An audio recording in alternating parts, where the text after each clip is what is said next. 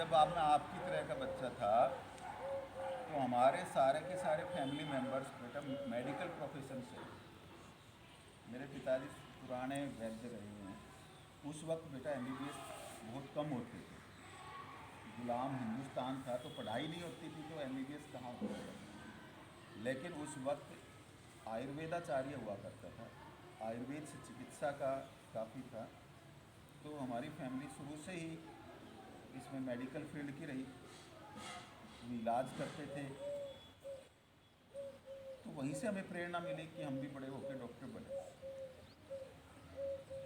तो जब हम आने लग गए तो भी डॉक्टर बनने का सपना लिया था, एमबीबीएस बनने का। किसी कारणों से, किसी कारण का मतलब हमारे ही कारणों से, मेरी ही कमियों की वजह से हमने मेहनत नहीं की। सच्चाई है, जब स्टूडेंट लाइफ में मेहनत नहीं की बाद में पछताते रहो। तो वो जो कीमती एक दो वर्ष थे प्लस वन टू के, वो हमसे निकल गए और अब भी पछता रहे हैं। अगर वो कीमती वर्ष में ईमानदारी से पढ़ लेता, उस वक्त तो क्या है प्लस टू हरियाणा बोर्ड का ही होता था, सीबीएसई तो बहुत कम होते थे ही नहीं।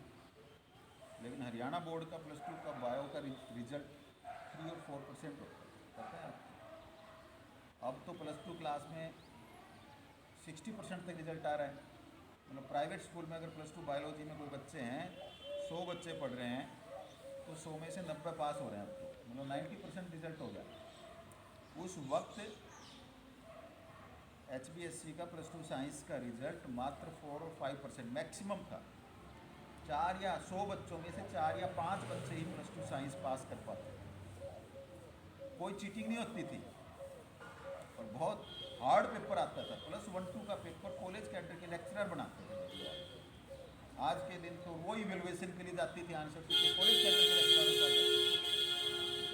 तो वो बड़ी हार्ड मार्किंग करते थे और 5 बच्चे ही पास होते थे। लेकिन ये वो श्योर था वो बच्चे पास हो गए तो वो पीएमटी होती थी, उस वक्त नीट की बजाय पीएमटी क्लियर हो ही जाता था 5 के 5 का। तो वही लापरवाही की आवारा बच्चों की तरह, उसका खामियाजा हमने। फिर वो 1 2 3 वर्ष जो थे वो हाथ से निकल गए, निकलने के बाद कुछ नहीं। सर आप अपना आइडियल किसे मानते हैं? मैं अपना आइडियल भाई अपने पिता को मानता हूँ,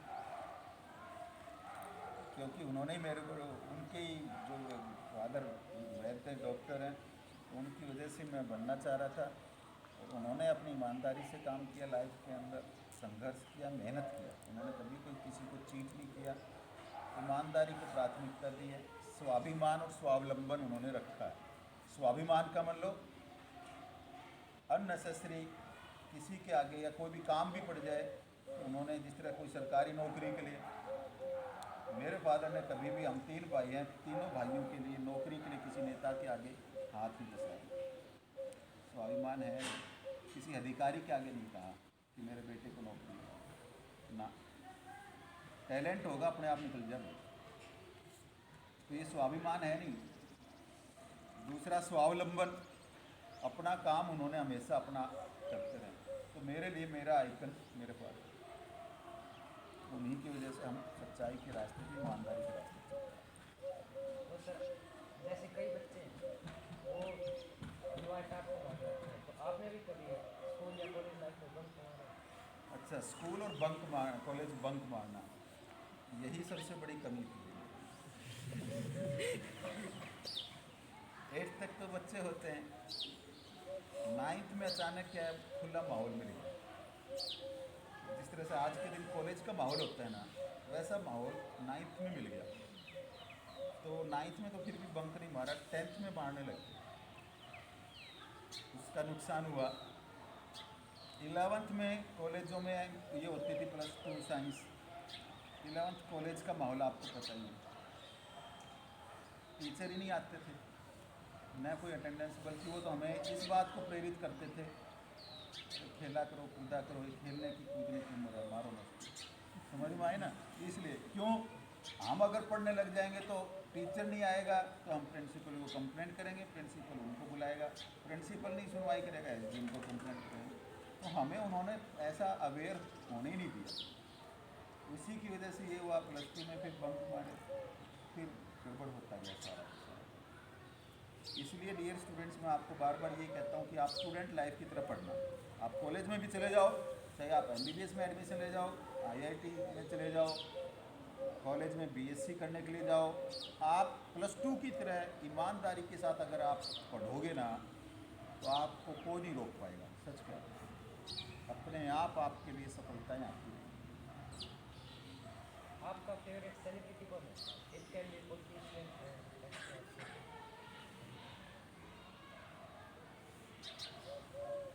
देखो भाई, सेलिब्रिटी के मामले पर अगर बात करें तो अगर हम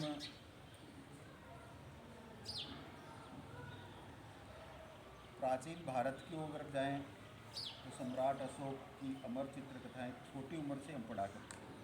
चंद्रगुप्त मौर्य से सम्राट अशोक है, उनसे हम बहुत प्रभावित हुए। मध्यकाल मिडाइवल हिस्ट्री की ओर अगर हम जाएं तो स्वामी दयानंद जी ने जो किया उससे बहुत प्रभावित है। और अगर अब वर्तमान में अगर हम चलें तो मैं प्रधानमंत्री नरेंद्र मोदी जी से बहुत प्रभावित हूँ। सर आपकी जो जनरेशन थी और अब जो जनरेशन है उसमें आपको क्या फ़र्क नज़र आता है और आपकी क्या ओपिनियन है अब की जनरेशन की? हमारे टाइम की जो जनरेशन थी वो रियली बेवकूफ़ों की जनरेशन थी। हम समझा ही नहीं करते थे, सच कह रहे हैं। और आपकी जो जनरेशन है बहुत शार्प माइंड जनरेशन आपकी, और बहुत अच्छे बच्चे हो आप, सच कह रहे हैं। हम तो इतने अच्छे थे नहीं, आप तो इतना अच्छा पढ़ते हो, यकीनन बहुत अच्छा पढ़ते हो, बहुत मेहनत कर रहे हो आप। लेकिन हमारे टाइम पे कंपटीशन कम था, आपके टाइम पे उतना ही कंपटीशन ज़्यादा बढ़ गया। आप चाहे कितनी ज़्यादा मेहनत करोगे तो भी आपको बहुत मतलब मुकाम पे ही सफलताएं मिलेंगी लास्ट स्टेज पे आकर, इतना टफ कंपटीशन। तो अगर हम अच्छाई की बात करें और माइंड की बात करें तो रियली आप बहुत कंप्यूटर माइंड के बच्चे हो, आप बहुत अच्छे बच्चे हो, और आपको जो सुविधाएं मिल रही हैं वो भी आपके लिए सौभाग्य की बात है। आपके पेरेंट्स आपको सब कुछ दे रहे हैं। हमारे टाइम पे तो बाथरूम चप्पल में हम जाते थे, 9th 10th तक तो हाफ पैंट में जाते थे, लिख कर होती, जूते थे ही नहीं, स्कूल की फीस होती दी नहीं जाती थी, किताबें बड़ी मुश्किल से सेकंड हैंड ले पाते थे, सब जगह बेटा गरीबी थी, सब जगह। यूनिफॉर्म देखो आप कितनी अच्छी अच्छी पहनते हैं, हमारे टाइम पे यूनिफॉर्म नहीं होती थी, सिंपल से दे दिया करते थे।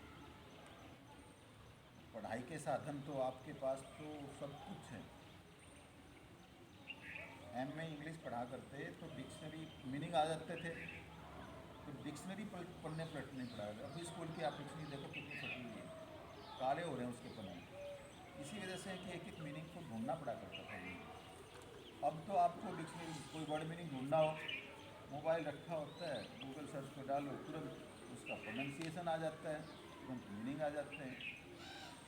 तो अब जितनी आपको सुविधाएं मिल रही हैं, अगर आप उनको अच्छे तरीके से पॉजिटिव वे से अगर आप लेके चलो तो बेटा आप बहुत महान बच्चे हो। मैं सही कह रहा हूँ, इसके दुनिया के सबसे सौभाग्यशाली बच्चे।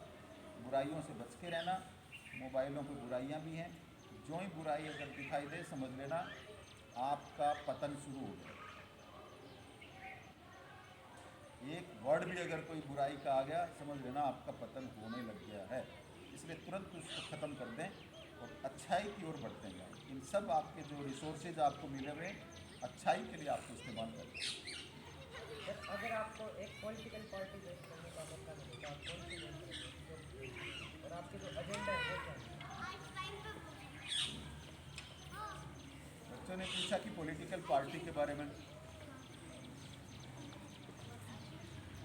सबसे पहले तो पॉलिटिकल पार्टी किसी को ज्वाइन नहीं करनी चाहिए।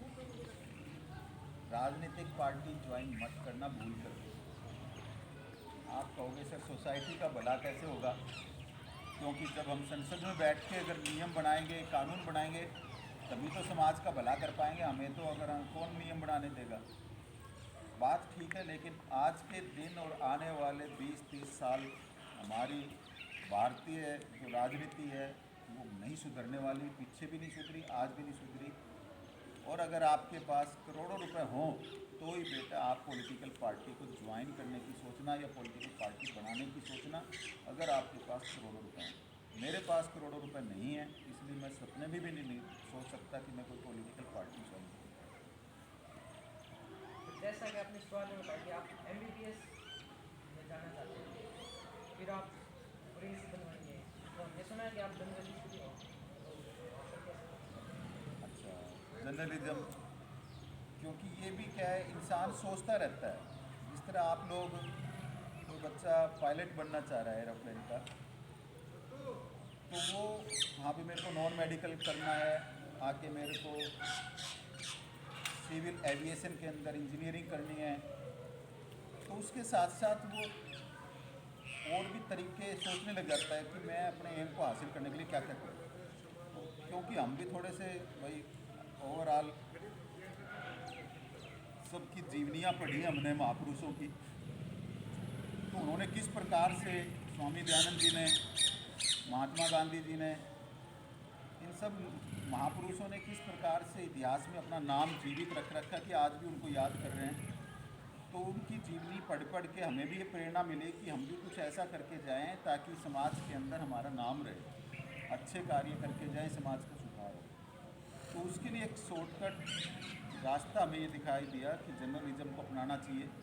लिखने का, राइटिंग करने का हमारा शौक़ था, तो जो भी फुर्सत का टाइम होता था तो आर्टिकल लिख के भेज दिया करते थे, तो छपने शुरू हो गए। छपने शुरू हो गए तो ऑफ़र आया कि क्यों नहीं आप जर्नलिज्म भी कर लें लोहारू सब डिवीज़न से। तो उसी कड़ी में बैचलर डिग्री कुरुक्षेत्र यूनिवर्सिटी से जर्नलिज्म की होती है, मास कम्युनिकेशन की, वो इंटरेस्ट था तो वो कर लिया। वो डिप्लोमा होते ही फिर हमने ये जर्नलिज्म का पार्ट टाइम काम किया। इसका उद्देश्य भी यही है कि लेखनी के माध्यम से, अखबारों के माध्यम से एक पॉजिटिव खबरें, पॉजिटिव लेख समाज में रखा जाए ताकि उसको पढ़ लिख करके समाज सुधरे, पढ़ने वाले पाठक बुराइयों से बचें और अच्छाइयों की ओर आए। सर आपके फ्यूचर प्लान क्या है? फ्यूचर प्लान यही है, क्योंकि शिक्षा का फील्ड, अनेक लोग हमें मित्र बोलते हैं कि भाई ये काम कर लो बहुत पैसा आएगा, ये काम कर लो, ये काम कर लो, क्यों आप स्कूल के झंझट में पड़ रहे हो। लेकिन हमने नहीं किया। हमने उनको सीधा कहा कि जब एम ही हमारा शिक्षा का प्रचार है तो हम शिक्षा से जुड़े रहेंगे हमेशा। हालात ऊपर नीचे उतार चढ़ाव के चलते रहते हैं, आज धूप में बैठे हैं, शाम को छाया भी आएगी यहाँ पर, तो हम बिल्कुल भी भटके नहीं, स्थिर मन से एक जगह पे लगे हुए हैं।